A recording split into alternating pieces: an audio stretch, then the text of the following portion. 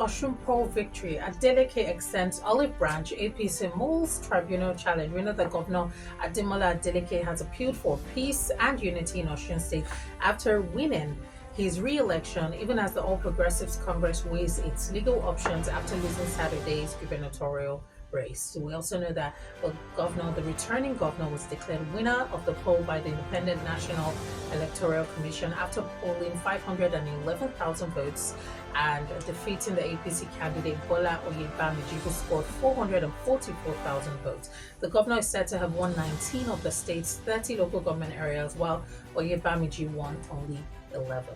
A few things to consider here. The APC spokesman Kola said the APC is studying the result and may challenge the outcome through the tribunal. Also, another person who came in third place was from the ADC, and he is believed to have pulled in at least 14,000 votes. Now, the ADC, the African Democratic Congress, congratulated the returning governor, but demanded an explanation from INEC over a nearly 4-hour interruption in the uploading of polling units results to the INEC portal, the IREF portal, known as the Result Viewing Portal, during Saturday's election. We've seen cases whereby, unfortunately, elections were conducted, but people who were not even the second were declared the winner, in the past. However, I want to ask Joshua, when it comes to this particular election, with all that played out, would the APC be right to challenge the eventual outcome, what we saw play out? Was it free and fair enough, or should the APC, as always, be able to seek legal redress as they weigh their options? Well, it's their right to do so, to seek legal redress.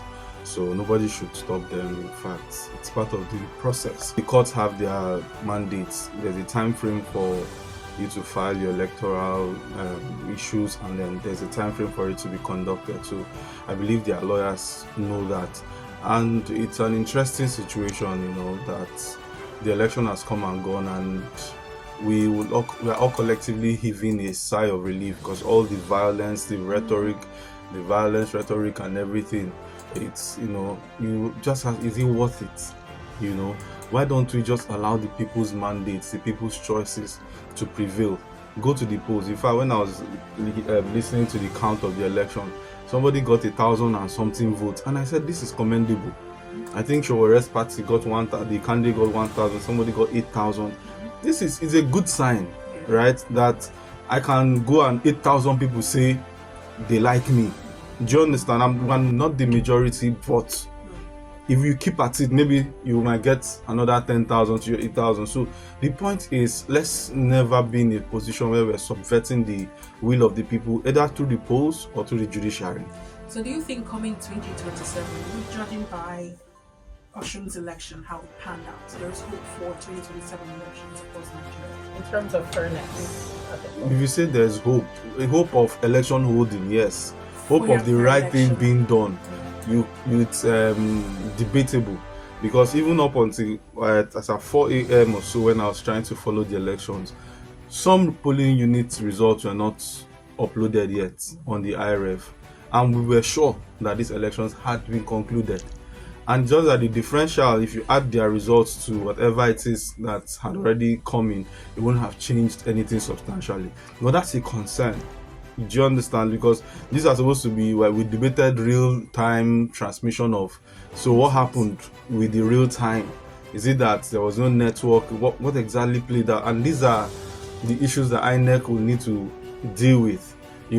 Voter buying was rampant. In fact, some boys came out and said that the money they gave them, they used it to eat pepper soup and fish. How many people were arrested? I think the police said they detained some people, but they didn't arrest them. That was the first time I was hearing that kind of language. So you identified certain people and then you detain them, so why did you detain? What did you see? Then we also had people external influence, and it's high time Nigerians, if it's not your election, please sit in your state. You don't think it was political solidarity to encourage? What are you solidarity for? Because you will end up hitting off the polity. Some of the characters that were accompanying some of these people were unsavory characters, and these are the things that makes our election look like we're fighting war. We're fighting a war rather, and it's not healthy. Election should not devolve into that unhealthy space. Those who have lost their lives, they've gone permanently. Those who have sustained serious injuries, this is their legacy. This is what the legacy of this election is to them, you know. And the winners will probably take all the spoils. The loser will just be there. So there's one thing that stood out during the election: the fact that the voters fought to protect. They voted, they cast their vote, and then they protected their vote. Do you think come 2027, as Ely has, this would play a huge role in the dynamics? Would it help to foster democracy? You know, our electoral process is usually plagued with dissatisfaction amongst voters or candidates. Do you think this, like Ely said, will set a precedent where if people were to cast their votes and protect it, it would actually matter at the ballot box? So if I were a political party member, this would be my rhetoric: cast your vote, protect it. But as a neutral person, it is too much work. My work is to go and vote. And just go back home. Why should I protect it again? Is there anything that we will not do in this country by ourselves? Do you understand what I'm saying? Because again, there's a risk associated. If you have ever gone to election venues as a journalist, you will attest. Fight can break out in all this protect your vote. Tensions are high. And people can lose their lives. So yes, it's okay to protect your vote, but trace the movement of the vote from the ward level to the local government level. That means after voting, you will wait to take it to the local government level where it's going to be collated, and then eventually up to the state level. You will transport yourself. All this is in a space of around 20 hours window. People have voted, they've not rested, they've not. So I understand that citizens should be vigilant. You understand? But the onus is on the people we call security and the Independent National Electoral Commission to make sure that people's votes count. That is why you're independent. That is why you're giving all the monies you are giving. If people have to do this, it's a mark, a clear mark that they don't trust you. And unfortunately, the institutions in Nigeria do not need the people's vote of confidence. They don't care. Because if they did, this has been the rhetoric. It happened in Abia State. People literally had to say, you know, this one, it will not work. It has happened again in Osun State. You understand? And the truth of the matter is, APC got over 400,000 votes.